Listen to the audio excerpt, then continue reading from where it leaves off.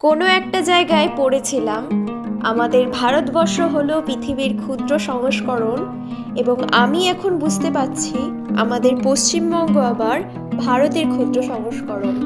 এর অনেক প্রমাণই দেখেছি, আজকে আরও একটা জিনিস দেখলাম। সেটি হলো দ্য ভ্যালি অফ ফ্লাওয়ার শুধুমাত্র উত্তরাখণ্ডেই সীমিত নেই, আমাদের পশ্চিমবঙ্গেও কিন্তু রয়েছে the flower valley of Bengal. Hello everyone, welcome to the secret traveller YouTube channel. এবং আপনাদের মধ্যে থেকে আশা করি কম বেশি সকলেই খিরাই নামটির সাথে পরিচিত। তবে কিভাবে এই লোকেশনে যাবেন হাওড়া থেকে এবং কোন টাইমে যাওয়ার জন্য বেস্ট, সেগুলো সম্পর্কে থাকছে বিস্তারিত আলোচনা। এবং খিরাইয়ের কোন জায়গাগুলো ভিজিট করবেন এবং খিরা মেলা সম্পর্কে থাকছে অনেক তথ্য, তাই দেখতে থাকুন সম্পূর্ণ ভিডিওটা। পশ্চিমবঙ্গের মেদিনীপুর জেলায় খিরাই নামক স্টেশন থেকে শুরু হচ্ছে এই ফুলের সাম্রাজ্য। একদিনের ছুটিতে প্ল্যান সেরে ফেলতে পারেন কিন্তু এখনই। হাওড়া থেকে যারা আসবেন তারা হাওড়া থেকে খড়গপুর অথবা মেদিনীপুর লোকাল ধরে চলে আসতে পারেন। পাঁশকুড়ার পরের স্টেশন হলো খিরাই, এবং পাঁশকুড়াতে নেমেও কিন্তু যেতে পারেন খিরাইতে, যেটা আমি গিয়েছিলাম, এবং এই ভিউগুলো পাবেন পাঁশকুড়া থেকে গেলে। কংসাবতীর উপত্যকায় এরকম চা বাগানের মতো ভিউ দেখতে দেখতে যাব আশা করিনি। কি দেখে মনে হচ্ছে না দার্জিলিংয়ের চা বাগান?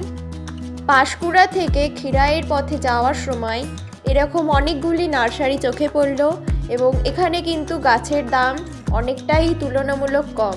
তাই আমার মতো আপনিও সংগ্রহ করে নিতে পারেন এখান থেকে বিভিন্ন ফুলের গাছ। খিরাই স্টেশন থেকে 10 মিনিট হাঁটা পথে এগোলে পৌঁছে যাবেন ফুলেদের সাম্রাজ্যে। কংসাবতীর তীরে যতদূর আপনার চোখ যাবে ততদূর দেখতে পাবেন রঙিন রঙিন ফুলের বাহার।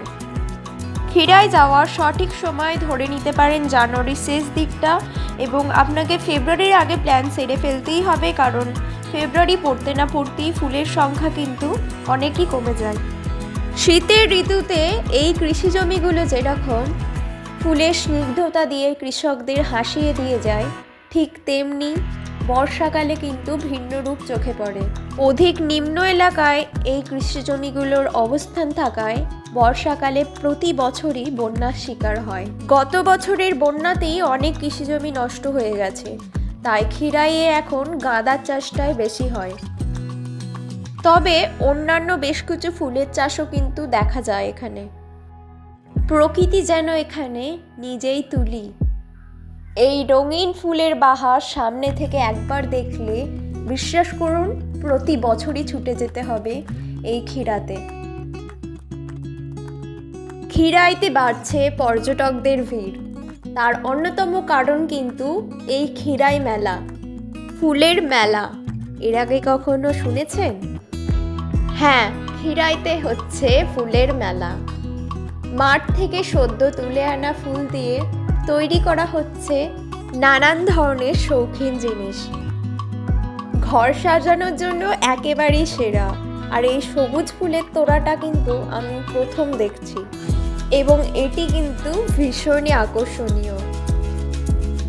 ফুলের মেলা সে আবার কেমন হয় তাহলে দেখে নাও এখন। রকমারি ফুল এখানে রাখা আছে, এবং ফুলের তোড়া হিসেবেও বিক্রি হচ্ছে, এবং সবথেকে বেশি দেখা যাচ্ছে মেয়েদের মাথায়।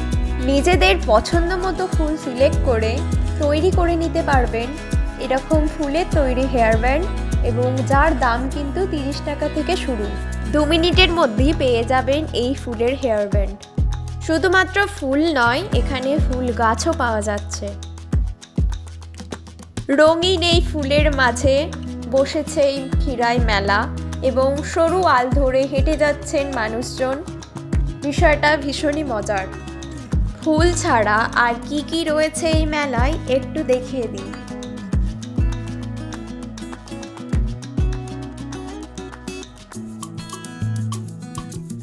অন্যান্য মেলার মতো এখানেও খাবার দোকান কিন্তু রয়েছে।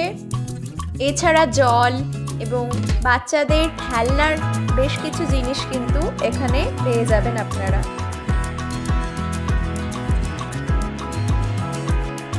360 ডিগ্রিতে যারা ভিডিও করতে চান তারা কিন্তু এখানে আসতে পারেন। এখানে 30 টাকা করে পার হেড নিচ্ছিল। এই ফুলের মাঝখানে ভিডিও করা কিন্তু মেমোরি হিসেবে রয়ে যেতে পারে আপনার সাথে।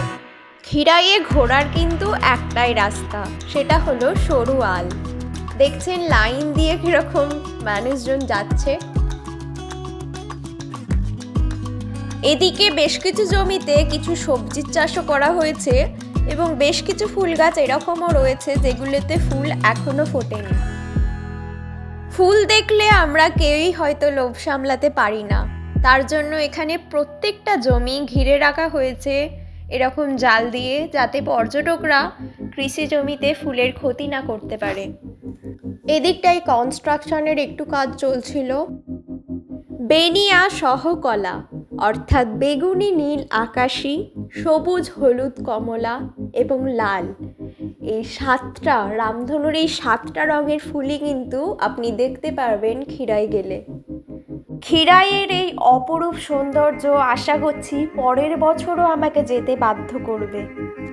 সোশ্যাল মিডিয়ার মাধ্যমেই ক্ষীরার সাথে আমার পরিচয়, এবং আপনাদের মধ্যে যারা এখনই ক্ষীরার সাথে পরিচিত হননি তারা কিন্তু আশা করি এই ভিডিওটা দিয়ে উপকৃত হয়েছেন, এবং আর দেরি না করে কিন্তু চলে আসতে পারেন এই খিরাইতে, কারণ সময় কিন্তু এখনও আছে খিরাই দেখার মতো। আমার এবার বেরিয়ে পড়ার পালা। বহু মানুষের ভিড় কিন্তু বাড়ছে খিরাইয়ের দিকে, এবং যেহেতু মেলা হচ্ছে এবং বিকালে এই ভিউটা কিন্তু আরও চমৎকার লাগবে, এই বিষয়ে কোনোই সন্দেহ নেই, এবং ভোরবেলা যেতে পারলে আরও বেস্ট হবে। কলকাতা থেকে মাত্র 2 ঘন্টার ডিস্টেন্সে এত চমৎকার একটা জায়গার সন্ধান পাবো সত্যি ভাবাই যায় না। একটা সাজেশন দেব, এখানে এলে অবশ্যই টিফিন নিজেদের ক্যারি করবেন। এখানে দোকান সংখ্যা অনেকই কম, যেহেতু মেলা হচ্ছিল তাই দোকান ছিল খাবারের, এবং পানীয় জলও পাওয়া যাচ্ছিল। এখানে সমস্যা হতে পারে খাবার না নিয়ে এলে আপনাদের। আর যারা পিকনিক স্পট খুঁজছেন এই শীতের আমেজে, তারা কিন্তু চলে আসতে পারেন খিরাইয়ের আশপাশের লোকেশানে, কংসাবতী নদীর তীরে। পিকনিক কিন্তু বেশ ভালোই জমে যাবে। এখানে গাড়ি পার্কিংয়ের ব্যবস্থাও কিন্তু রয়েছে। এছাড়া নেচারের ভিউ কিন্তু এখানে দারুণই। স্টেশনের ওপর থেকে চারিপাশের ভিউটা দেখে আমি বুঝতে পারলাম কেন এখানে প্রতি বছর বন্যা হয়। সত্যি অনেকটাই নিচু এলাকায় অবস্থিত এই খিরাইয়ের অঞ্চলটি। খিরাই ছেড়ে যাওয়ার সময় ট্রেন থেকেই দেখে নিলাম আরও একবার খিরাইয়ের জমিগুলি। পাঁশকুড়া থেকে আমি গিয়েছিলাম এবং এখানে 40 টাকা ভাড়া লেগেছিল, তবে খিরাই স্টেশন থেকে 20 টাকা ভাড়া নেয়। এখান থেকে যাওয়ার উদ্দেশ্য একটাই, সেটা হলো গোলাপ বাগান দেখা, কারণ খিরাই স্টেশনের কাছাকাছি গোলাপ বাগানটা নেই। পাঁশকুড়া থেকে গেলে সেটা দেখা যাবে, কিন্তু গোলাপ বাগান চোখে পড়েনি, তার বদলে চোখে পড়েছে কংসাবতীর অপরূপ সৌন্দর্য। আশা করছি the secret traveller YouTube channel আপনাদের কাছে পৌঁছে দিতে পেরেছে গুরুত্বপূর্ণ তথ্যগুলি, এবং আরও নতুন নতুন জায়গা এক্সপ্লোর করতে সাবস্ক্রাইব করে রাখুন এবং লাইক কমেন্ট করে জানান আপনার গুরুত্বপূর্ণ মতামত। ধন্যবাদ।